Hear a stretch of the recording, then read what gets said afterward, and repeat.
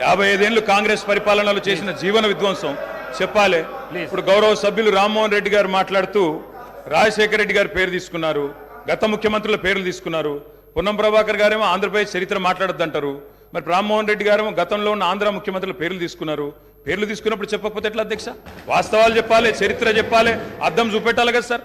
55 ఏళ్ళు పరిపాలించే అవకాశం ఇచ్చినప్పుడు సాగునీరు ఇవ్వలేని అసమర్థులు, తాగునీరు ఇవ్వలేని అసమర్థులు, కరెంట్ ఇవ్వలేని అసమర్థులు వాళ్ళ అసమర్థత గురించి చెప్తే ఉలికిపడ్డం ఎందుకు అధ్యక్ష? అధ్యక్ష ఇంకొక మాట కూడా నేను విజ్ఞప్తి చేస్తా ఉన్నాను. ఇది మొదటి రోజు అధ్యక్ష. మొదటి రోజే ఇంత ఉలికిపడితే ఎట్లా అధ్యక్ష? మొదటి రోజు ఇంత భయపడితే ఎట్లా? ఒక్కొక్క మంత్రి గారు లేసి అప్పుడే ఉలికిపడి మాట్లాడుతున్నారు. అంత భయం ఎందుకు సార్? అధ్యక్ష నిర్మాణాత్మక సూచనలు చేయాలన్నారు భట్టి గారు, మీ వెల్కమ్ ఇట్. కానీ మీరు నిర్మాణాత్మకమైన గవర్నర్ ప్రసంగం ఉంటే విధ్వంసంగా ఉండకపోతే వాస్తవాలు చెప్తే మేము కూడా వాస్తవాలు చెప్పేటోళ్ళం. మా అధ్యక్షుడు స్పష్టంగా చెప్పారు, కొత్త ప్రభుత్వం వచ్చింది, తొందరపడకండి, ఒక 3 నెలలు సమయం ఇద్దాం, అట్రఫ్లాప్ అవుతారు ఎట్లాగూ, కానీ 3 నెలలు సమయం ఇద్దాం. ఎందుకంటే అధ్యక్ష చాలా చెప్తా, అవి కూడా చెప్తా. పాపం వాళ్ళ సభ్యుడే వాళ్ళని నిరికిస్తాడు. అధ్యక్ష ఒక్క మాటలో చెప్పాలంటే తెలంగాణలో అధ్యక్ష ఒక్క మాటలో చెప్పాలంటే ఏంది అధ్యక్ష కాంగ్రెస్ పరిపాలన? బొంబాయి, బొగ్గుబాయి, దుబాయ్. ఆనాడు ఇదే కదా అధ్యక్ష. మొత్తం ప్రజలు వలసలు పోయే దుస్థితి, రైతులు మొగులు దిక్కు చేసే దుస్థితి, మొత్తంగా ఆఖరికి ఇవాళ అక్కడ కూర్చున్న ముఖ్యమంత్రి గారి సొంత జిల్లాలోనే గంజి కేంద్రాల అధ్యక్ష. ఇందిరమ్మ రాజ్యం అంటే గంజి కేంద్రాలు, ఆకలి సావులు, ఎన్కౌంటర్లు తప్ప ఏముండే అధ్యక్ష? ఇది గొప్పగా చెప్తున్నారు అధ్యక్ష. ఆ రోజుల్లో ప్రాజెక్టులు కట్టకున్నా, పైసలు తరలించకపోయిన ఆంధ్రాకి మౌనంగా మంగళహారతులు పట్టింది తెలంగాణ కాంగ్రెస్ నాయకులు కాదా అధ్యక్ష? ఆనాడు మేము రాజీనామాలు చేస్తుంటే, గొంతు చించుకుంటుంటే, పేగులు దిగేదాకా కొట్లాడుతుంటే, పదవుల కోసం పెదవులు మూసుకున్నది ఎవరు అధ్యక్ష? ఇలా బాగా మాట్లాడుతున్నారు అధ్యక్ష. ఇంకొక మాట చెప్తా ఉన్నా, ఇదే శాసనసభ అధ్యక్ష తెలంగాణ పదం నిషేధిస్తే ఒక్క కాంగ్రెస్ నాయకుడు మాట్లాడిండా అధ్యక్ష? ఇదే శాసనసభలో అధ్యక్ష అక్కడ కూర్చున్న ముఖ్యమంత్రి కిరణ్ కుమార్ రెడ్డి గారు, మా హరీష్ రావు గారు లేచి మొత్తం విన్నాక రిప్లై చేద్దాం అనుకున్నాను. కాకపోతే నా రిప్లై కోసం వారు తహతహలాడుతున్నారు. గత పాలనలో యూత్ కాంగ్రెస్ వైస్ ప్రెసిడెంట్గా కల్వకుంట్ల చంద్రశేఖరరావుకు అవకాశం ఇచ్చిందే కాంగ్రెస్ పార్టీ. సింగిల్ విండో డైరెక్టర్గా ఎన్నికల్లో పోటీ చేయడానికి ఇస్తే కాంగ్రెస్ పార్టీ తరఫున నిలబడి ఓడిపోయిందే చంద్రశేఖరరావు. గత పాలనలో ఎంపీగా గెలిపించిందే కాంగ్రెస్ పార్టీ.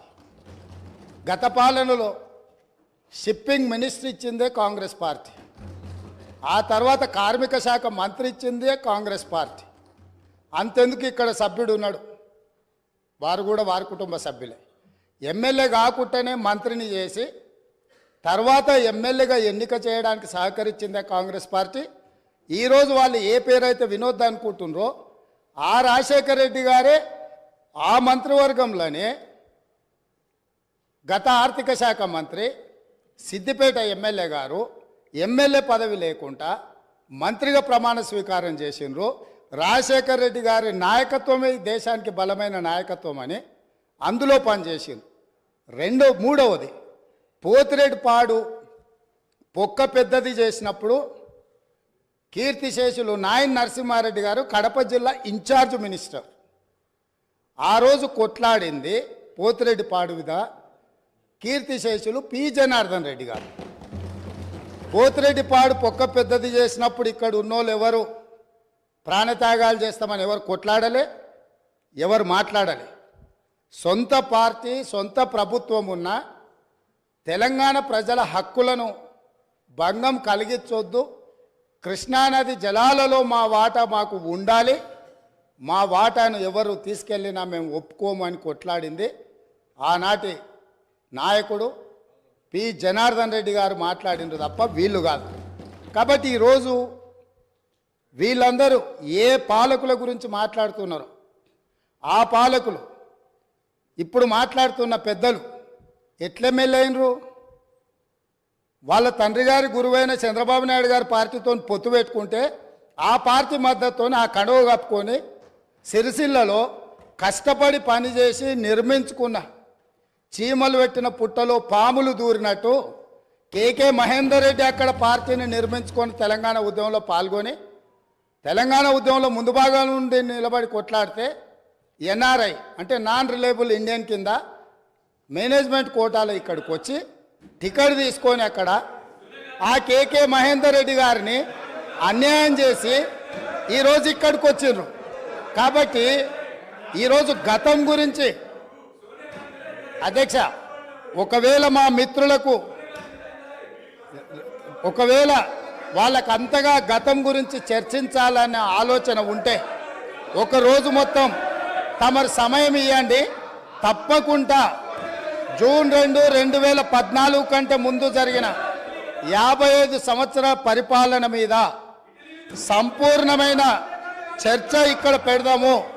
ఈరోజు ఇక్కడ జరుగుతున్న చర్చ జూన్ 2, 2014 నుంచి జరిగిన పరిపాలన, చేసిన విధ్వంసము, నాయకత్వం యొక్క వ్యవహార శైలి మీద మనం ఈరోజు మాట్లాడుకుంటున్నాము. కాబట్టి వారికి గతం గురించి చర్చించాలనే కోరిక ఉంటే మాకు ఎలాంటి అభ్యంతరం లేదు. గతంలో జరిగిన పరిపాలనలో ఇక్కడున్న వాళ్ళకి చాలామందికి పాత్ర లేకపోవచ్చు, కానీ అక్కడున్న వాళ్ళకు చాలామందికి పాత్ర ఉంది. ప్రత్యక్షంగా మంత్రులు చేసిండ్రు.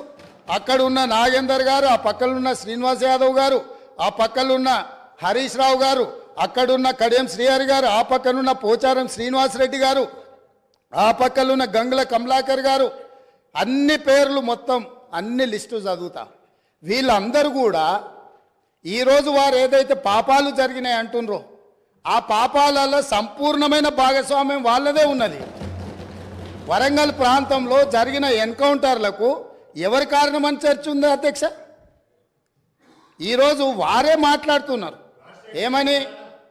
ఏమని గవర్నర్ ప్రసంగంలో మొత్తం కాంగ్రెస్ పార్టీ మేనిఫెస్టోనే పొందుపరిచిండ్రని చాలా సీనియర్గా పనిచేసిండ్రు మంత్రులుగా. గవర్నర్ గారి ప్రసంగము పార్టీ యొక్క ఎన్నికల మేనిఫెస్టోను మంత్రివర్గంలో చర్చించి మా ప్రభుత్వం యొక్క భవిష్యత్ కార్యాచరణను మంత్రివర్గం ఆమోదం చేసిన తర్వాతనే గవర్నర్ గారు ప్రసంగిస్తారు. పరిపాలనలో అనుభవం ఉన్న వాళ్ళు, గతంలో ఈ రకమైన నిర్ణయాలు చేసిన వాళ్ళు కూడా ప్రజల్ని తప్పుదోవ పట్టించడానికో లేకపోతే వాళ్ళ యజమానులను సంతోషపెట్టడానికో ఎందుకు మాట్లాడుతున్నారో నాకైతే తెలియదు. నేను సభ్యుడికి సూచన చేస్తున్నా. నేను చాలా విషయాలు ప్రస్తావించిన, తప్పకుండా సావధానంగా 5 సంవత్సరాలు సమయం ఉంది, సంపూర్ణంగా ఎక్స్రే తీసిన చెప్పాలి. కానీ just I'm trying to give the clarification. ఇది ముఖ్యమంత్రి గారు చెప్పిన పోతిరెడ్డిపాటి విషయం. రెండో విషయం, ముఖ్యమంత్రి గారు మాట్లాడుతూ నేను శాసనసభ్యుడు కాకుండా మంత్రిని చేసిన ఘనత కాంగ్రెస్ పార్టీదని వారు మాట్లాడినారు. ఆ కాంగ్రెస్ పార్టీని అధికారంలో తెచ్చిన ఘనత టీఆర్ఎస్ పార్టీది. ఆ రోజు చంద్రబాబు నాయుడు గారు తెలుగుదేశం హయాంలో వీరు ఓడిపోయి కనీసం ప్రతిపక్ష హోదా దక్కకుండా పూర్తిగా దిగజారిపోయినటువంటి కాంగ్రెస్ పార్టీకి జీవం పోసింది కేసీఆర్ గారు, టీఆర్ఎస్ పార్టీ. ఎందుకంటే నేను ఆ రోజు ప్రణబ్ ముఖర్జీ గారితో హిమాచల్ భవన్లో చర్చలు జరిగినప్పుడు కీర్తిశేషులు వెంకటస్వామి గారు, గౌరవనీయులు మాజీ ఎంపీ సురేందర్ రెడ్డి గారు, కేసీఆర్ గారు, ఆలే నరేంద్ర గారు, నేను ఆ చర్చల్లో ఉన్నాను.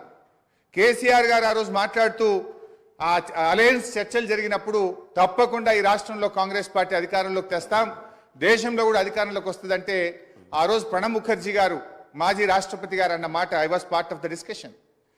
చంద్రశేఖర్ గారు మీరు అన్నట్టు నిజంగా కాంగ్రెస్ పార్టీ అధికారంలోకి వస్తే నువ్వు నా ఇంట్లో కూర్చొని తెలంగాణ రాష్ట్రం తీసుకొని పో, నిజంగా అధికారంలోకి వస్తుందా అని ఆయన అన్నారు. ఆ రోజు మేం పొత్తు పెట్టుకోవడం వల్లనే ఆ రోజు కాంగ్రెస్ పార్టీ అధికారంలోకి వచ్చింది తప్ప మీరేదో గెలిస్తే మాకు పదవులు ఇచ్చారు కాదు. మేము కాంగ్రెస్ పార్టీకి భిక్ష పెట్టినాం, మేము కాంగ్రెస్ పార్టీని అధికారంలో తేవడానికి ఆ రోజు సహకరించమనే విషయాన్ని గుర్తు చేస్తా ఉన్నాం. అధ్యక్ష, కేసీఆర్ గారి గురించి కూడా వారు మాట్లాడినారు. Just I'm trying to set right the record. నేను స్పీచ్ ఇవ్వడం లేదు, స్పీచ్ ఇచ్చినప్పుడు నేను ఇంకా చాలా విషయాలు చెప్తా. ఓన్లీ రికార్డ్ సెట్ రైట్ చేసే ప్రయత్నం చేస్తున్నా. వారు ఏం మాట్లాడినారంటే కేసీఆర్ గారిని మేము ఎంపీ చేసినామని చెప్పి మాట్లాడుతున్నారు. కేసీఆర్ ఆ రోజు కాంగ్రెస్ పార్టీతో